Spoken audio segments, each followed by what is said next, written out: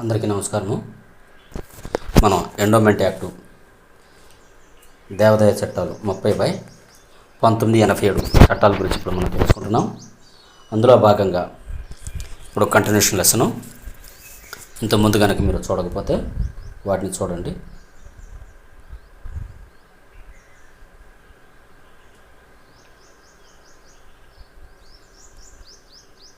Okay, మనం వెళ్దాము లెసన్లోకి. ఇప్పుడు వార్షిక విరాళము, సంవత్సర చందాలు ఇస్తూ ఉంటారు. ఓకేనా? విరాళము అంటే వార్షిక విరాళము అంటే సంవత్సర చందాలు మరియు ఆడిటర్ల రుసుములు చెల్లించాల్సినటువంటి బాధ్యత ఎవరిది? సాధారణ ప్రజలు, సంస్థ లేదా ఎండోమెంటు లేదా దేవాదాయ ధర్మాదాయ శాఖలు, ప్రభుత్వము, కేవలం బ్యాంకులు. ఎవరంట? వార్షిక విరాళాలు, సంవత్సర చందాలు మరియు ఆడిట్కి రుసుములు చెల్లించాల్సినటువంటి బాధ్యత, ఆడిట్కి రుసుములు చెల్లించాల్సినటువంటి బాధ్యత ఎవరిది అంటే సంస్థకై లేదా ఎండోమెంట్ లేదా దేవాదాయ ధర్మాదాయ శాఖలకు సంబంధించినటువంటి బాధ్యత, వాళ్ళ బాధ్యతే. సెక్షన్ 66 దేనికి సంబంధించినది?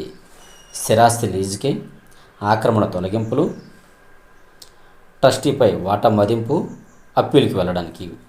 ఆన్సర్ ఈజ్ ట్రస్టీలపై వాటా మదింపులు.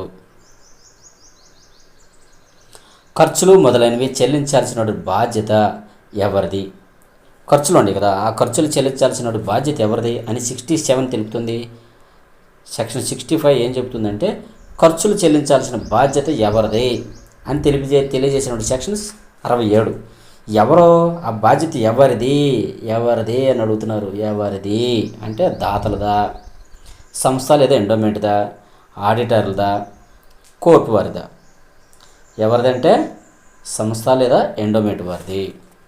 సంస్థ లేదా ఎండోమెంట్ వారిది ఆ బాధ్యత. విరాళాలు, ఖర్చులు, రుసుములు మరియు వ్యయాల చెల్లింపులు గురించి తెలియజేసాడు సెక్షన్ ఏది? విరాళాలు వస్తాయి, ఖర్చులు ఉంటాయి, బిల్లులు చెల్లించాలి, రుసుములు ఉంటాయి, వ్యయాలు ఉంటాయి, ఖర్చులు ఉంటాయి. వీటన్నిటి గురించి చెల్లించేటువంటి సెక్షన్ ఏది అని అడుగుతున్నారు. Section 67, 68, 69, 70. Answer is section 68. Endowments administrative fund ఏర్పాటు చేస్తారు కదా, ఎండోమెంట్స్ అడ్మినిస్ట్రేటివ్ ఫండ్ని ఏర్పాటు చేస్తారు. ఈ ఫండ్ గురించి తెలియజేసినటువంటి సెక్షన్ అడుగుతున్నారు. Section 69, section 70, 71, 72. Answer is 69, section 69. Section 70 దేనికి సంబంధించినది? దేనికి సంబంధించిందంట? కామన్ గుడ్ ఫండ్దా? కామన్ గుడ్ ఫండ్ కేటాయించినందుక? కామన్ గుడ్ ఫండ్, మిగులు నిధులు, అప్పీలు. ఇక్కడ రెండు గుర్తుంచుకోండి. కామన్ గుడ్ ఫండ్ కేటాయింపు అంటున్నాడు, ఇక్కడ కామన్ గుడ్ ఫండ్ అంటున్నాడు. ఈ రెండిట్లోనే కొద్దిగా ఆన్సర్ ఉన్నది. అసలు జాగ్రత్తగా ఇట్లాంటివి వచ్చినప్పుడు 1కి 2 సార్లు మన కళ్ళు మిటకరించుకొని మరి చూడాలంటారు. జాగ్రత్త చూడకపోతే ఆన్సర్ తెలిసినట్టే ఉంటుంది, బట్ ఆన్సర్ మిస్ అయిపోతుంది. ఏంటంట? సెక్షన్ 70 దేనికి సంబంధించిందంటే కామన్ గుడ్ ఫండ్. ఈ సెక్షన్ 70 దేనికి సంబంధించిందంటే కామన్ గుడ్ ఫండ్కి సంబంధించింది. ఇప్పుడు మనం అడిగాను కామన్ గుడ్ ఫండ్ కేటాయింపు. ఓకేనా? ఇందాకేమో కామన్ గుడ్ ఫండ్ గురించి తెలుసుకున్నాం. ఇప్పుడు కామన్ గుడ్ ఫండ్ కేటాయింపు ఏ సెక్షన్కి సంబంధించింది? 69, 70, 71, 72. Answer is 71. అధ్యాయం 9, చాప్టర్ 9 దేనికి సంబంధించింది? అధ్యాయం 9 అన్నా చాప్టర్ 9 అన్నా రెండు ఒకటే. ఫైనాన్స్కి సంబంధించింది, మిగులు నిధులు మరియు వాటి వినియోగానికి సంబంధించింది, ఆక్రమణ తొలగింపులకి, ఏనాం భూములకి. ఆన్సర్ ఈజ్ బి, మిగులు నిధులు మరియు వాటి వినియోగము. మిగులు నిధులు మరియు వాటి వినియోగము అని గురించి చెప్పుకున్నాం కదా, అది తెలియజేసేటువంటి సెక్షన్ ఏది? సెక్షన్ 71, 72, 73, 74. Answer is 72.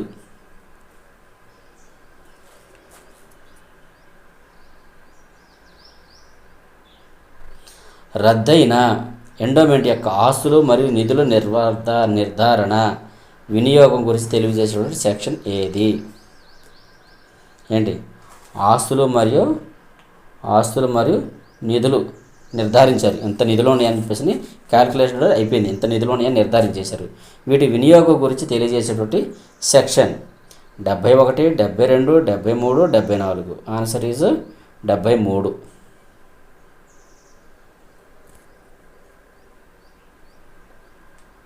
విరాళాల కేటాయింపు. విరాళాలు ఇస్తారు కదా, చందాలు ఇస్తారు, ప్రతి సంవత్సరం చందాలు ఇస్తారు కదా, వాటి గురించి తెలియజేసేటువంటి section 74, 73, 72, 71. Answer is 74.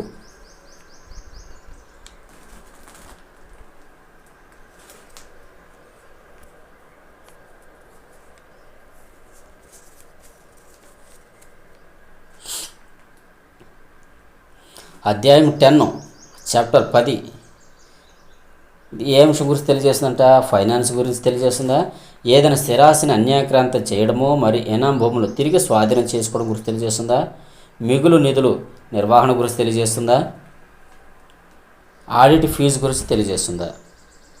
Answer is B. ఏదైనా స్థిరాస్తిని అన్యాక్రాంతం చేయడము మరి ఎనాం భూములను తిరిగి స్వాధీనం చేసుకోవడం.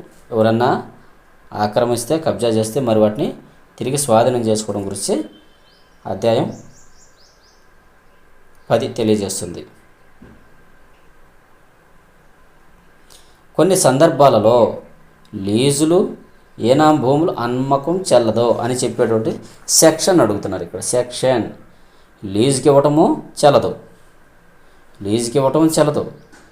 ఏనాం భూములు అమ్మటము చెల్లదు అని తెలియజేసేటువంటి సెక్షన్ ఏది అని అడుగుతున్నాడు.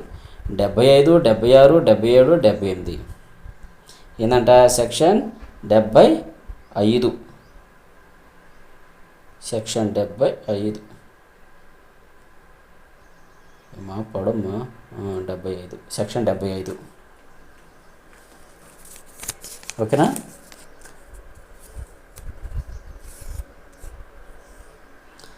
లీజు మరి ఎనాం భూములు అమ్ముకో. లీజు చెల్లదు, ఏదైనా ఎనాం భూములు కనుక అమ్మితే అది కూడా చెల్లదని చెప్పి తెలియజేస్తుంది సెక్షన్ 75. సెక్షన్ 75 గురించి మనం తెలుసుకున్నాం. ఇప్పుడు మతం లేదా ధార్మిక సంస్థకు లేదా దాని సేవలు అందించడం కోసం మంజూరు చేసిన భూములు బదిలీలు నిషేధించడం ఏ సెక్షన్ కింద వస్తుంది? ఏంటంటే ఎవరికైనా మత సంస్థలు పనిచేసినందుకు, సేవలు చేసినందుకు దానం ఇస్తుంటారు, అవునా? వాటి బదిలీలు ట్రాన్స్ఫర్ చేస్తుంటారు, ఇంకొకరికి ట్రాన్స్ఫర్ చేస్తుంటారు. కొడుకు తండ్రి కొడుకు ఇస్తుంటాడు, కొడుకు కూతురికి ఇస్తుంటాడు, ఇట్లా ట్రాన్స్ఫర్లు చేస్తుంటారు. అది కూడా నిషేధము అని ఏ సెక్షన్ తెలియజేస్తుందంట? 86, 86, section 76, section 66, section 56. నిషేధం ఏ సెక్షన్ తెలియజేస్తుందంటే సెక్షన్ 76. ఎనాం భూములు పునరుద్ధరణ గురించి తెలియజేసేటువంటి సెక్షను. ఎనాం భూములను పునరుద్ధరణ గురించి తెలియజేసే సెక్షన్ 57, 67, 77, 87. సెక్షన్ 77.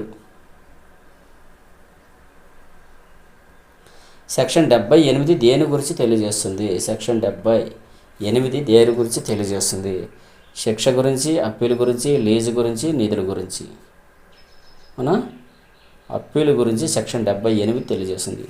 సెక్షన్ 78 అప్పీలుకి వెళ్ళడం ఏంటి? కలెక్టర్ గారికి అప్పీలుకి వెళ్ళాలా లేదా ఎండోమెంట్ ట్రిబ్యునల్ కోర్టుకి వెళ్ళాలా అని చెప్పేసి అని సెక్షన్ 78 తెలియజేస్తుంది.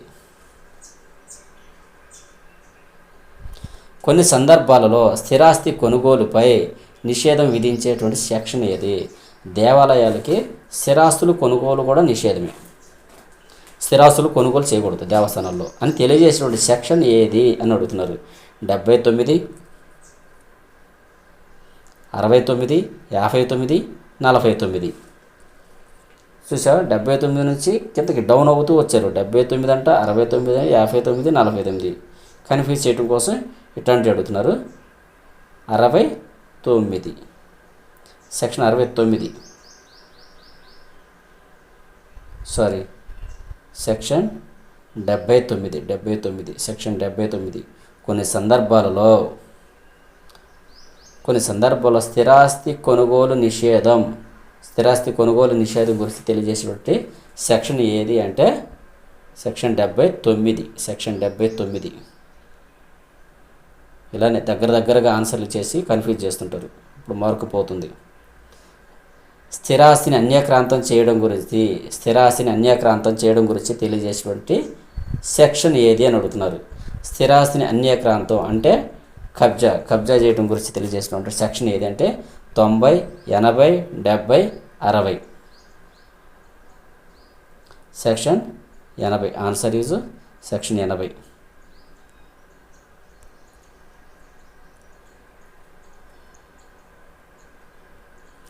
అనధికారిక అమ్మకం చెల్లదు. అధికారికంగానే అమ్మాలి. కమిషనర్ అనుమతి తీసుకొని అమ్మాలి. అలా కమిషనర్ అనుమతి లేకుండా ఏది అమ్మటం అనేది చెల్లదు అని స్పష్టం చేసేటువంటి సెక్షన్ ఏది? Section 81, section 82, section 83, section 84. Answer is section 81. Section 81. ధార్మిక లేదా మత సంస్థలో లేదా దాన ధర్మాలకి చెందిన భూమి లేదా భవనాల వ్యక్తులు ఆక్రమణలు ఆక్రమణదారులను తొలగించడం గురించి ఏ సెక్షన్ పరిధిలోకి వస్తుంది? ఆక్రమించారు, భవనాలు కావచ్చు, భూమి ఇటువంటి ఏమన్నా ఆక్రమించారు, అటువంటి వారిని తొలగించడం గురించి ఏ సెక్షన్ తెలియజేస్తుంది అంటే 81, 82, 83, 84. 83, సెక్షన్ 83 తెలియజేస్తుంది.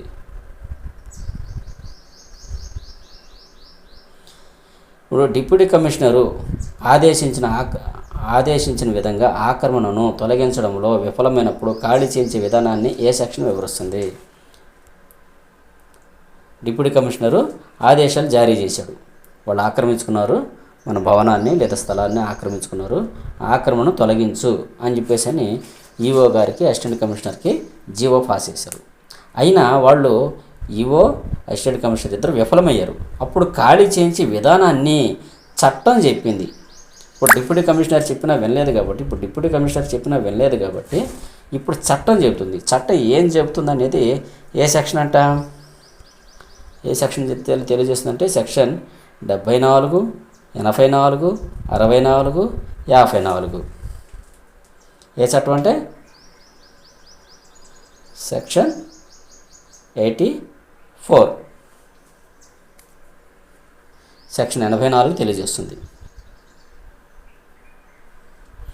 ధార్మిక మత సంస్థలకు లేదా ధార్మిక మత సంస్థలకు చెందిన భూములపై వ్యక్తుల సమూహం ఆక్రమణ చేస్తే మరియు వారిని తొలగించడం గురించి ఏ సెక్షన్ తెలియజేస్తుంది? ఇందాక మనం ఒక వ్యక్తే ఒక భవనం లేదా ఒక భూమిని మాత్రమే ఆక్రమిస్తే మనం చూసాం. ఇప్పుడు వ్యక్తుల సమూహం అడుగుతున్నారు. వ్యక్తుల సమూహం ఒక గ్రూపుగా ఫామ్ అయిపోయి దేవస్థానం చెందినటువంటి భూమి ఉంది. ఆ భూమిలో అందరూ వెళ్ళిపోయి చిన్న గుడిసెలు వేసుకున్నారు. సమూహంగా వెళ్ళిపోయి గుడిసెలు వేసుకున్నారు. అప్పుడు వారందరిని తొలగించాలి. అటువంటి సెక్షన్ ఏది? చట్టం ఏం చెప్తుంది అంటే ఏం చెప్తుందంటే చట్టం 83, 84, 85, 86. సెక్షన్ 85 తెలియజేస్తుంది. ఒక్కడు కాదు, గ్రూపుగా వచ్చిన సెక్షన్ 85 వాళ్ళకందరికీ చెప్తుందంట. చట్టం చెప్పుద్ది ఏం చేయాలి ఏంటనేది.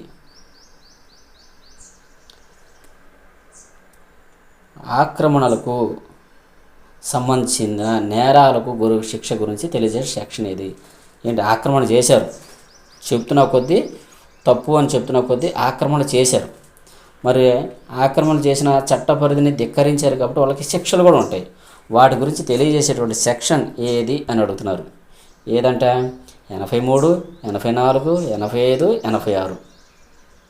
Section 86 right answer.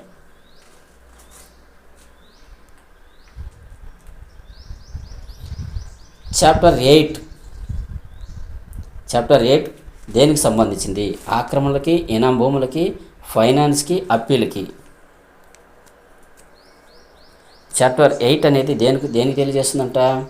ఆక్రమణల, ఇనాం భూముల గురించా, ఫైనాన్స్ గురించా, అప్పీల గురించి తెలియజేస్తుందా అని అడుగుతున్నారు. దేని గురించి అంటే ఫైనాన్స్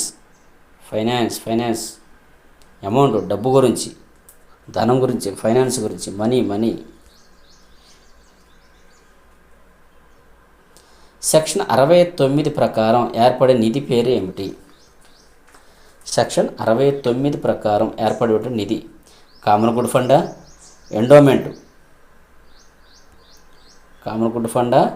ఎండోమెంట్, అడ్మినిస్ట్రేటివ్ ఫండా, పబ్లిక్ డొనేషన్ ఫండా, ఆడిట్ ఫండా. ఈ నాలుగిట్లు ఏదంట? కామన్ గుడ్ ఫండా, ఎండోమెంట్స్, అడ్మినిస్ట్రేటివ్ ఫండా, పబ్లిక్ నోటిఫైడ్ డొనేషన్ ఫండా, ఆడిట్ ఫండా. Answer is endowment administrative fund గురించి తెలియజేసిన సెక్షన్ 69. సంస్థల రద్దు ఎవరి గురించి అంట? సంస్థల రద్దు సమయంలో ఆస్తుల నిర్ధారణ ఏ అధ్యాయం ప్రకారం జరుగుతుంది? ఒక సంస్థ రద్దు అయిపోయింది, మరి ఆస్తులు అయితే ఉన్నాయి, మరి కన్ఫర్మేషన్ చేసుకోవాలి ఎంత ఆస్తులు ఉన్నాయి అంటే అనేది అది తెలియజేసేటటువంటి ఏ అధ్యాయం ప్రకారం తెలియజేస్తారు? అధ్యాయం 8వ అధ్యాయమా, 9వ అధ్యాయంలోని సెక్షన్ 73 ప్రకారమా, 9వ అధ్యాయంలో సెక్షన్ 74 సెట్ ప్రకారమా, అధ్యాయం 8 ఇక్కడ చూడండి, కన్ఫ్యూజ్ చేస్తున్నాడు మనల్ని. అధ్యాయం 8 అడిగారు, అధ్యాయం 8A అడిగారు, అధ్యాయం 9 సెక్షన్ 73 అడిగారు, అధ్యాయం 9 సెక్షన్ 74 అడిగారు. 4 దగ్గరగా ఉండే ఆన్సర్లు కొద్దిగా చెక్ చేసుకోవాలి. రైట్ ఆన్సర్ ఈజ్ సెక్షన్ 73 అధ్యాయం 9. ఓకేనా? అధ్యాయం 9 సెక్షన్ 73 రైట్ ఆన్సర్. స్థిరాస్తి కొనుగోలుపై నిషేధము ఎప్పుడు వర్తిస్తుంది? దేవస్థానాలు మనం ఇంతగా చెప్పుకున్నాం, స్థిరాస్తులు కొనుగోలు చేయకూడదు, ఏంటి పర్మనెంట్గా ఉండే వస్తువులను కొనుగోలు చేయకూడదు అని ఎప్పుడు అంటే సెక్షన్ 75 ప్రకారమా, సెక్షన్ 77 ప్రకారమా, సెక్షన్ 79లో పేర్కొన్నట్టు కొన్ని సందర్భాల్లోన సెక్షన్ 83 ప్రకారమా. సెక్షన్ 79 పేర్కొన్నటువంటి కొన్ని సందర్భాల్లో మాత్రమే పర్మనెంట్ వస్తువులను, శాశ్వత వస్తువులను దేవస్థానంలో కొనుగోలు చేయరాదు, స్థిరాస్తులను కొనుగోలు చేయరాదు అని చెప్పేసి సెక్షన్ 79 ఏంటి 79లో పేర్కొన్నట్టు కొన్ని సందర్భాలు.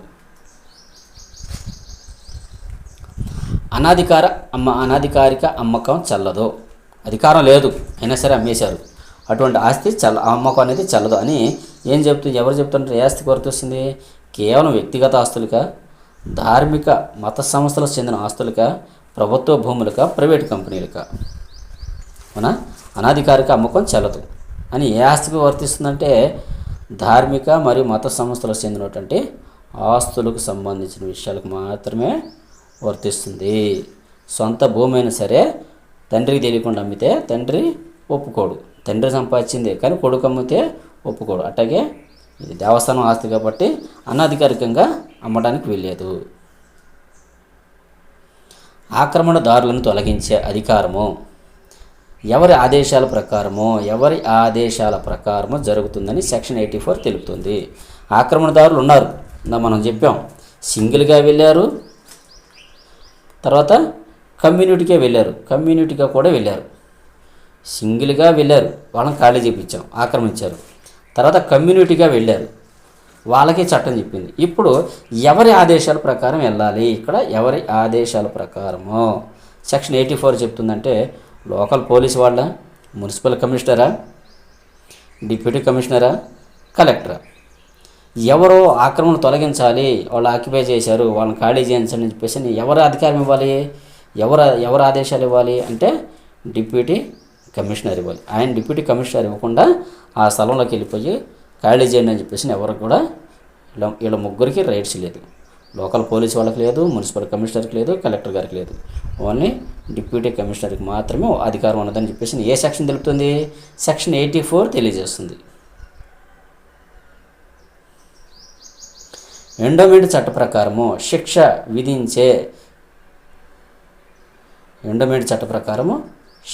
విధించే నిబంధన ఏ సెక్షన్లో ఉంది? ఎండోమెంట్ చట్ట ప్రకారం శిక్ష విధించాలి. అది విధించేటువంటి నిబంధన ఏ సెక్షన్లో ఉందంట? సెక్షన్ 66,